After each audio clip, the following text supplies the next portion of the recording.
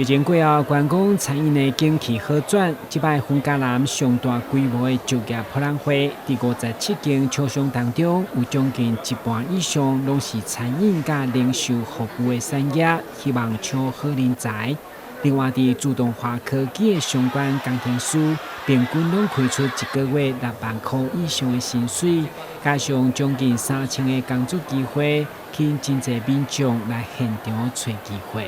看到很多那个餐饮服务业啊，一些批发零售业，它都是属于那个，因为之前他们受到疫情影响啊，现在需求量增加之后，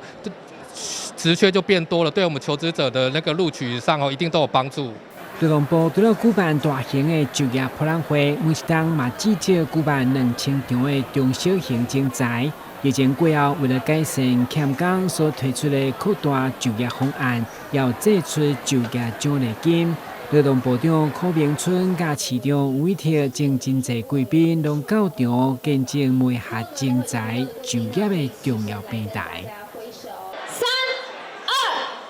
请启动！2023台湾就业通于嘉南地区就业博览会，顺利好就业，迎接新未来。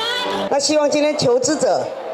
能够把握机会哈，拿着自己的履历表向求采的掌声来展现自己。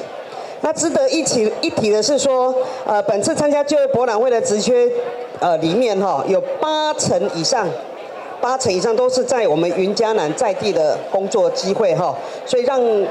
求职者就可以在我们自己的家乡就可以好好的来打拼。举办这么优质的能够让千里马跟伯乐都能找到最好的一个归宿。那因此呢，我想说各位好朋友，千万一定要把握时机6万块的这个薪水在这里面是算普通的所以希望大家可以去看一看、走一走、逛一逛，然后找到好的工作，然后来庆祝一下。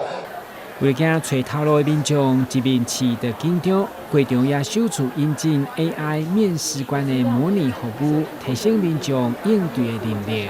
民众